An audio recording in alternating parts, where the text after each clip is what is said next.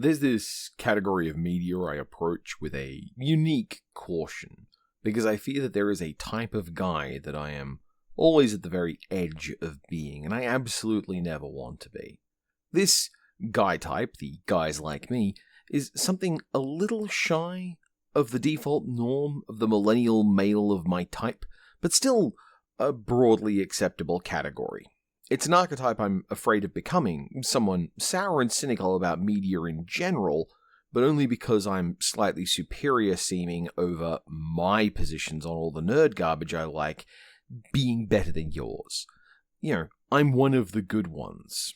I have good taste in stupid nerd garbage. There's a whole reading list for this kind of media. Older than me guys used stuff like The Godfather and The Boondock Saints, though I guess that's also my age range. Younger than me, I'm confident it's going to include Knives Out. I guess for my age exactly, it's stuff like The Raid and probably also the Transformers movie. Genre media that's nakedly made for guys by guys, with just the faintest leaning against the shape of dominant hierarchy to pretend that actually I'm not the most mainstream of mainstream tastes. There's slightly more mainstream than me.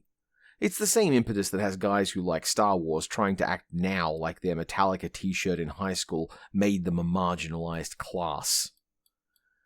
As we run through an era of deep-seated video game nostalgia, we are seeing more and more games that build into the space of trying to appeal to guys like me, and therefore it's unsurprising that a guys like me, hey, I'm a guys like me, will respond positively to them. Sometimes this is fairly shallow and comes attached to something where the in-group appeal is meant to get it over the line. Online media is flooded with things in this space, which, ironically, I would compare to Family Guy, like me, if not for the fact that Family Guy kinda has an actual idea of what it wants to be underneath that, even if the thing it wants to be is the creator's id kind of flailing around at his interests in real time. The point is, you can make media for guys like me, and as long as you indicate you know the kinds of things we like, it often doesn't matter what the thing you made is. Stranger Things is a pretty decent show that shook the whole world by recognizing that the 80s had cool music, Winona Ryder was kinda neat, and also Dungeons and Dragons existed. We went nuts for that show, and it was pretty good.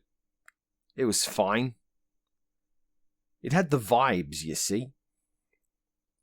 Understand this preamble is here to kind of cushion the blow about Selaco, which I think is very reasonably going to be seen as a flat-out masterpiece of its form, and to kind of inoculate you against the inevitable praise I heap on it.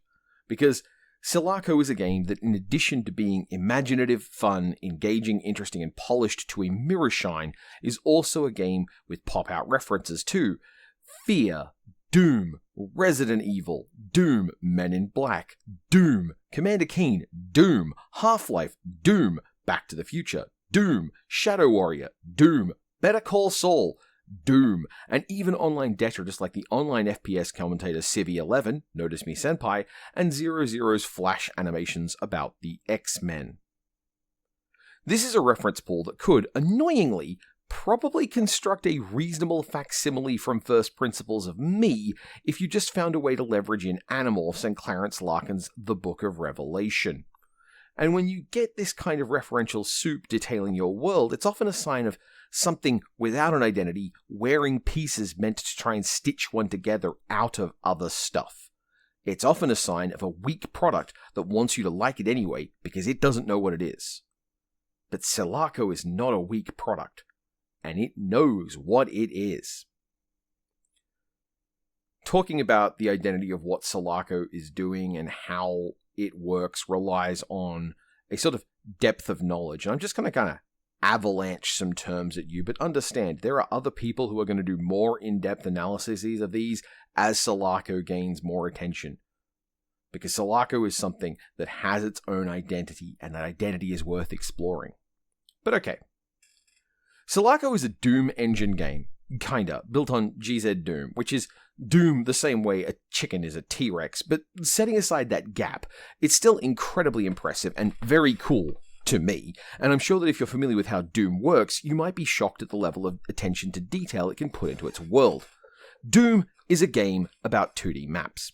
Every Doom level can be expressed as such, and Selaco does that, but making its two-dimensionality basically invisible. Selaco is borrowing a lot from its forebears, not just the Doom engine games, which were built around a kind of purism of the form, a way that John Carmack resisted the idea of unique properties in maps, but rather borrowing instead from the build engine games, like Duke Nukem 3D and Shadow Warrior.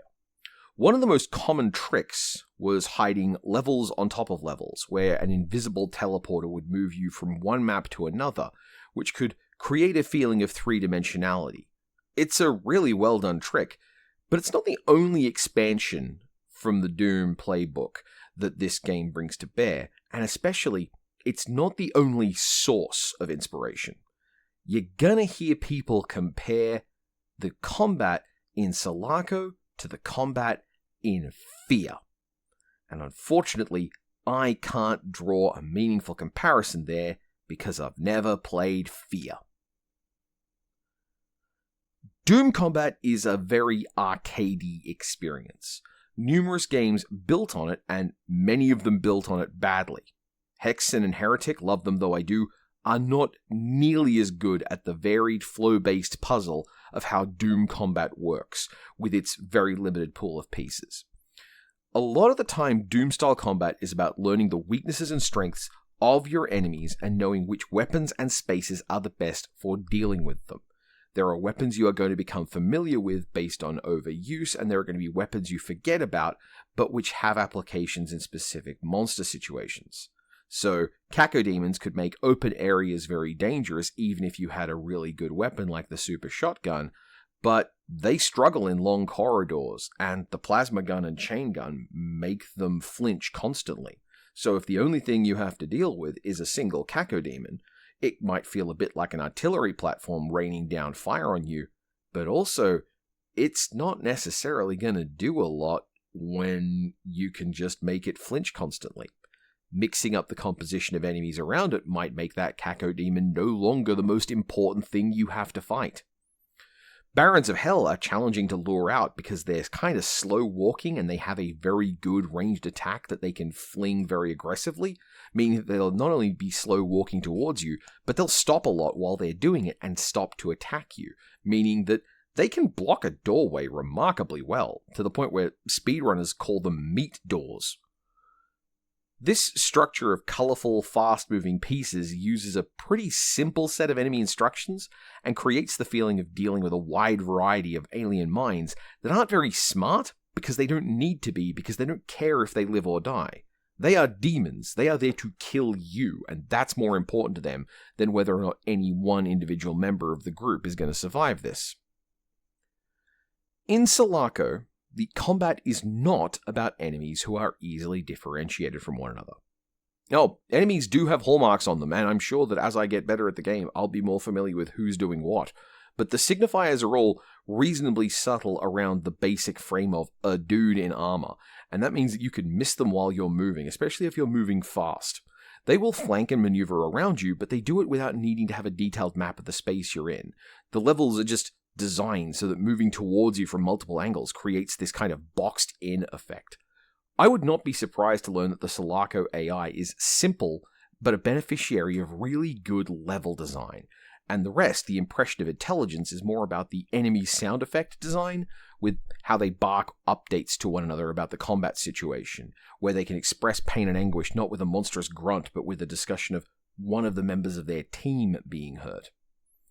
This leads into another thing Selaco has going on that I like. Selaco levels are designed in a way that creates a sense of flow, a sense of urgency, but are also large and varied enough to contain a reasonable sort of area of ambiguity.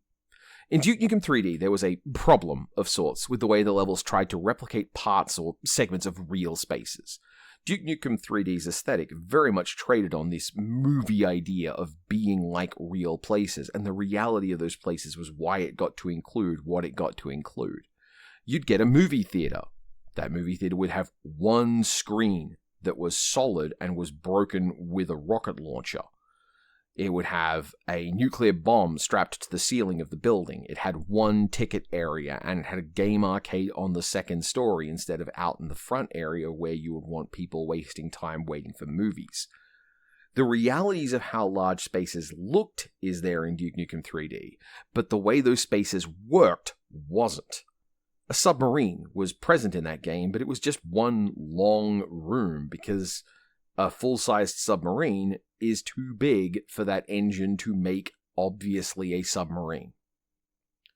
Selaco takes lessons from Duke Nukem 3D and, I guess, the intervening 30 years of game design, and those difficult spaces to play in, and then it turns them into levels where the game can push you forward while still giving me a clear sense of what the space I'm in and what it's meant to be. A game studio office does not look like a coffee shop, which doesn't look like a bar, which doesn't look like a research center in a hospital, which doesn't look like a mall. The spaces have character. In Doom, the spaces had very little real character. They were all hell-ish or space base-ish. They had vibes, but for the most part, the places in Doom didn't have to make sense. You can tell how silly Doom spaces were meant to be whenever you looked into people making wads of their own house, how difficult it was to represent, say, a toilet. Something I found all over Selaco that does a breathtaking job of normalizing a space is glass. Selaco is full of windows, panels, panes, and ways of looking from space A into space B, and getting shot from there. In terms of combat arena, these glasses are not for barriers to enemy behavior.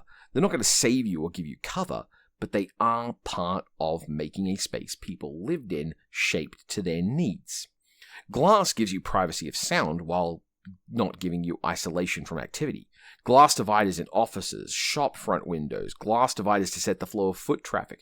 These uses of glass are all great for making a place feel shaped to people living and working in them, and directing your traffic as you move through them, but also mean that when the guns start firing, those spaces are suddenly just open because you can run right through the glass. This sense of space plays all over. There is an excellent use of junk objects, normal, ordinary things that hang around the world and give you a sense of what people were doing in the place before the events of the story kicked off, and the advertising and iconography around you is full of world-building details. You see ads for things, but you see a lot of ads for a small number of things. There's a sign of culture, but that culture is necessarily small, and that culture is capitalist and driven by scarcity. There's talk about reproduction lotteries and paid healthcare and recalls of children's toys for killing kids. The world of Selaco is a world that expresses the trauma of a lost Earth, but also a world that doesn't know how to address the problems created by that loss without just doubling down and in a way making everything worse. And sure, the game has data pads. The game has information in it all over the place that you can slurp up and spend your time reading. Without doing so, though, all the things I described are out there in the world around you, and you will learn about them by just playing the game. Oh, also, it's got secrets. It's got really interesting secrets, as in finding the secrets in the world is genuinely interesting. I've taken so long playing Selaco, sometimes 3 to 4 hours a level, just because it gives you the option to go back and look for secrets, and I found myself doing that because just exploring the levels and seeing how things were hidden is a really fun and interesting puzzle. Learning how the game hides information is part of learning how it relates to those spaces. Look at the map, see a spot where there's room enough for a space. Maybe there is something there. You should go check. Look up, look at railings, look at ventilation ducts. Are there ways into places? Are you assuming that things don't open because 3 of them haven't opened, but this one might be different? Go check. Selaco is not a game for everyone. It is loud and it is stompy, and you are ultimately playing a heroic cop defending the last bastion of humanity against an inhuman invasion that justifies any amount of violence. The fascist power fantasy of a lone cop soldier killing their way through bad people to save the city they care about, no matter the odds, is played pretty straight in Selaco, and the end of the plot means we don't get to know if... Wait, what do you mean? This is just Chapter 1? This game's in early access? This game is in early access, and it has in it a fully made shooter arcade game and a cookie clicker game, and it looks and plays like this? Good grief!